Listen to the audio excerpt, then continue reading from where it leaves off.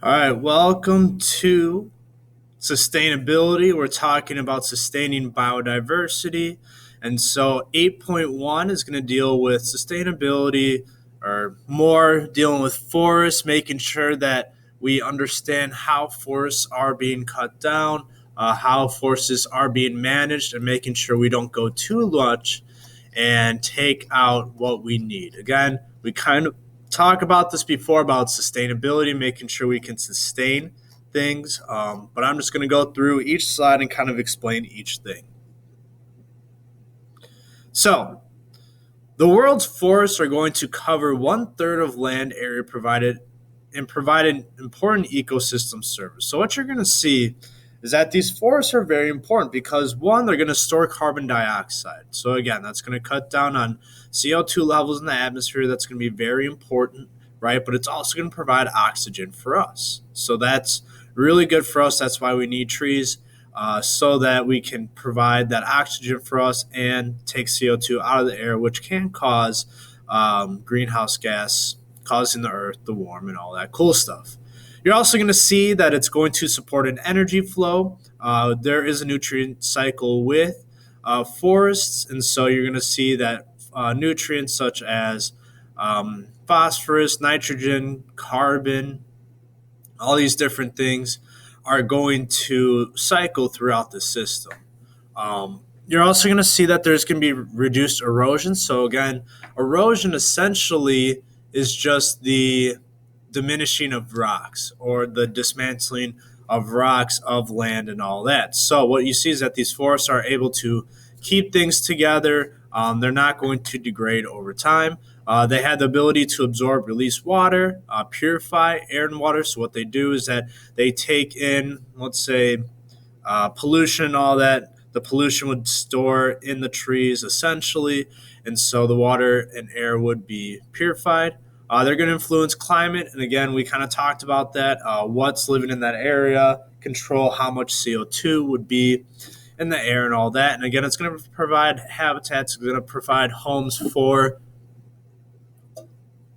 different species that live in the forest. And then also, what we're going to see is that forests are going to be economically beneficial for us. So, we talk about woods for fuel, right? So, fueling fires, lumber for building things, wood products, paper, pulp, mining, grazing, recreation, jobs, all these different things. Forests, outside of having a environmental role, you're going to see that they have an economic role also. So when we look at forests, they're going to vary in age and in structure. So what you're going to see is that they're going to be categorized in three areas. So the first one is going to be an old growth, pretty much a primary forest. And these are uncut or regenerated forests, and they're not seriously disturbed by human activity or natural disasters for 200 years. So essentially, for 200 years, these forests haven't been touched. They haven't been cut down, they haven't been bothered, they haven't been anything. Now you might see like little changes, but you're not going to see the really big overall changes from them getting cut down. The next one we see is second growth forests. And these result from secondary ecological succession. So after the primary forests have been cut down, whether it's from a natural disaster, human activity, those second growth forests are going to be the one that are going to succeed, or they're going to grow in the place of those old trees that we saw before, that old forest that we saw before. And then what we see is our third one are tree plantations. And again, this is where humans are going to manage and grow at least one or two species. And they're going to see that they're all going to be the same age. So essentially, it's going to be like a tree farm, right? We control and we manage the trees. And they're going to be very similar in age. And so here's an example of a tree plantation. So we could start with year one, and in year one, you're going to see the seedlings, they're going to get planted, and then by 5 years, they're going to grow. 10 years, they're going to grow taller, bigger, maybe more of them. By year 15, you're going to see that you're going to remove the weak trees that aren't going to grow well. And then by year 30, well, by 25, you're going to have a really good sized forest. But by year 30, then we're going to clear cut them. We're going to cut down every tree for our benefit, but then we start that recycle again. So this is a 30-year process in which we we'll plant the trees and then they'll grow.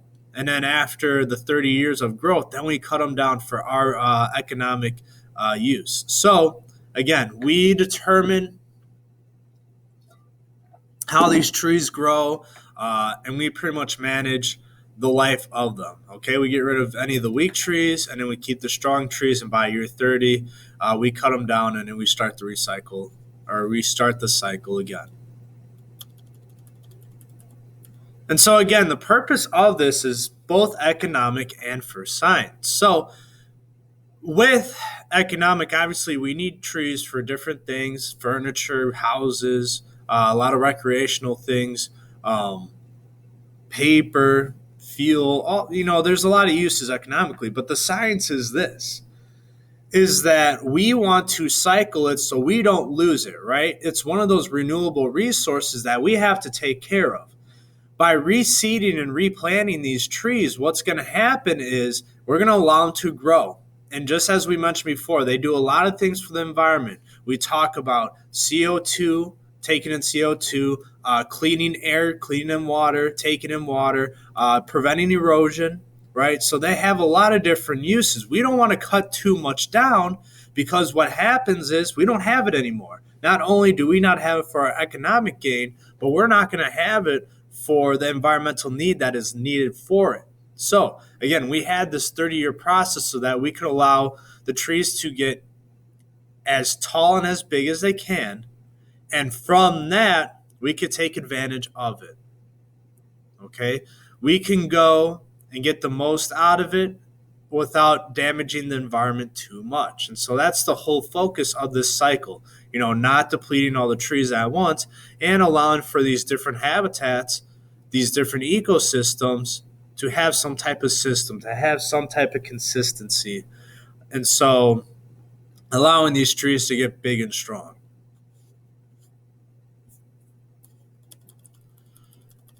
And so you guys are familiar with forest fires and all that. And the thing is that forest fires aren't necessarily bad, right? Because it's going to allow for smaller trees, smaller things to die. When they burn down, their ashes, their nutrients are going to re-enter the soil, and it's going to be a cycle that way. So what we see is that they're not necessarily bad. It's just when a lot of trees burn down or a lot of area burns down where you're destroying a lot of habitats and all that, that's where it becomes a problem.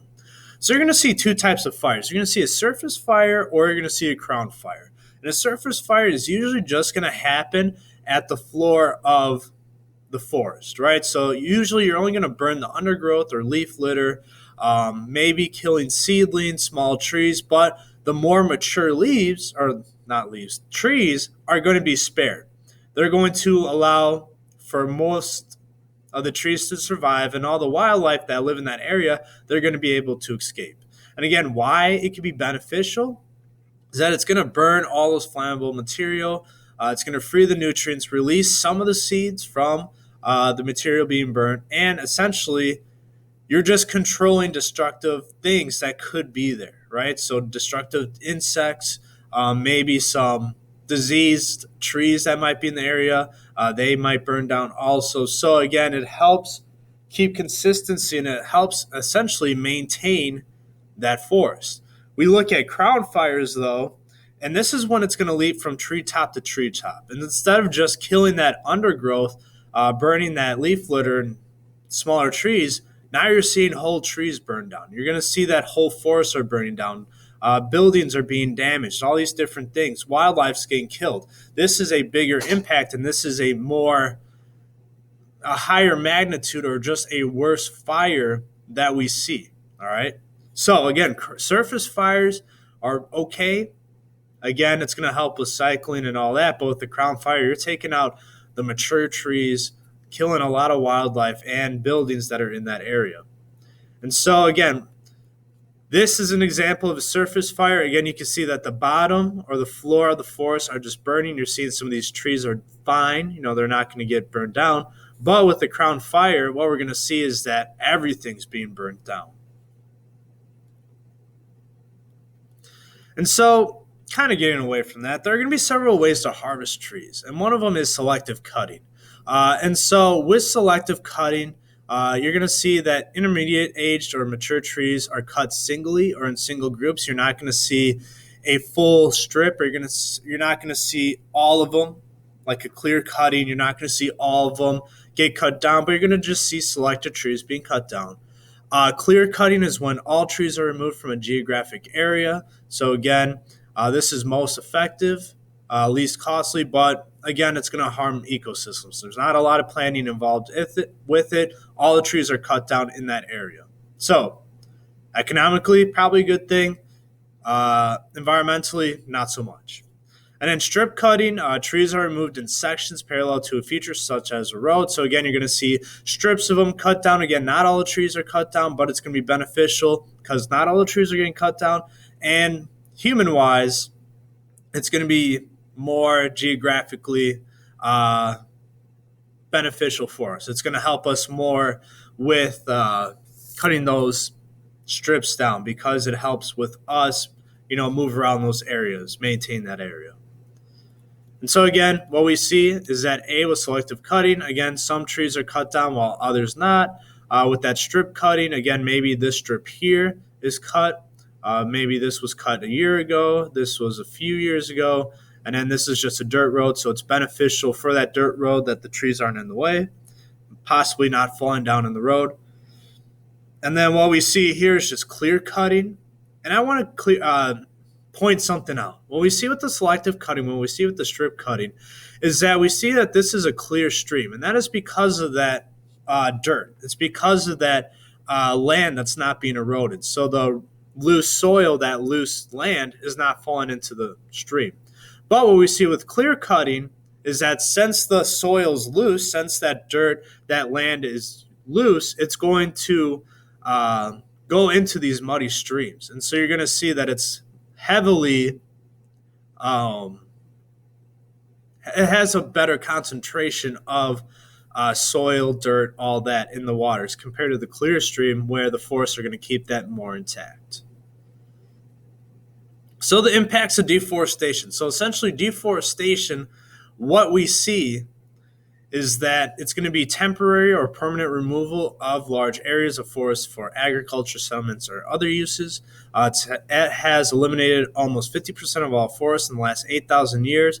And because of that, what you're going to see are erosion, increased flooding, local extinction or specialist species, and the release of CO2, loss of CO2 absorption. Again, kind of what we've been talking about. Tropical forests are rapidly disappearing, and because of that, at least one half of mature tropical forests, home to at least one half of mature tropical forests, we're going to see that it's going to at least, let me say that one more time. At least one half of mature tropical forests have disappeared, and because of that, you're going to see that at least half of the world's known species have disappeared because of that. They have been lost since 1950. And so from 2000 to 2013, more than the equivalent of 50 soccer fields of tropical forests were lost every minute. Every minute. I'm not talking about every year, every minute. So a lot has disappeared. And because of this, you're going to see those different effects. You're going to see those different species disappear. And so we not only see that possibly in South America, but we also see that in Africa and in Southeast Asia. And so what's going to cause these? Well, it's going to be a lot of economic things. Pressures from population growth and poverty. So as populations grow, you're going to need the more forest to sustain those people.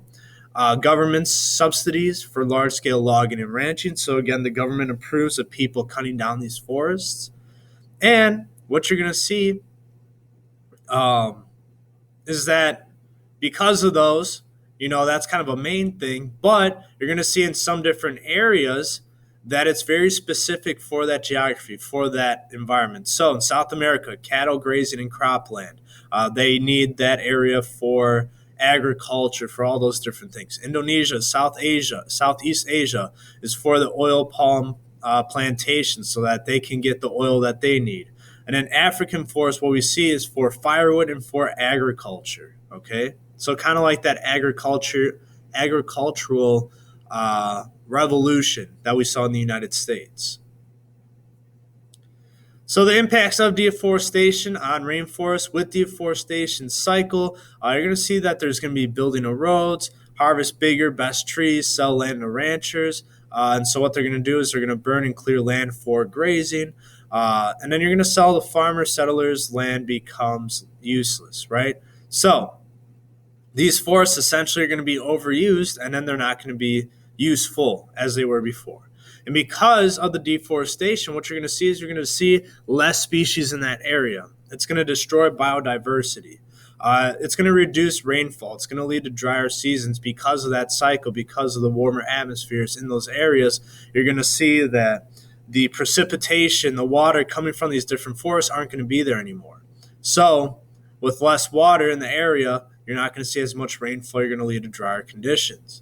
You're going to see topsoil erosion. And again, what you're going to see is that the soil is going to be more loose. It's going to be traveling more. It's not going to be as consistent. And then again, the reduction of CO2 absorbance is going to cause CO2 to go in the air. You're going to get 10 to 15% of the global greenhouse gas emissions. And that's not a good thing. Again, with more CO2 in the area, you're going to see it's going to be more greenhouse gases, a hotter Earth. We can manage forests more sustainably, so how we can do that, we can recognize the value of ecosystem services. We use more selective cutting in forests, phase out government subsidies and tax breaks that favor deforestation, by certifying lumber, wood products as sustainable, full cost pricing for consumers, economic rewards for sustainable forestry, encourage tree planting programs, and protect diverse forest areas. And essentially, here's the thing: as long as we can be more sustainable, let's praise the people that are making it more sustainable. Let's make it so that we can find ways that we don't need to cut down forests anymore, that we can be more smart about the ways we do things. Instead of thinking economically, well, now we got to think environmentally, because if we don't think environmentally, the economic gain we might see now, we might not see forever. So these are just different things that we see, and that's why we need to manage it. We need to be smart about it, and we need to make deals. We need to come up with ways that are more economically not hurting the environment, so they're more environmentally friendly. And so we can also improve the management of forest fires, just kind of like what we see out west, right? So here's some strategies for reducing them, right? Use controlled prescribed burns to remove small trees, right? So we're talking about those surface burns.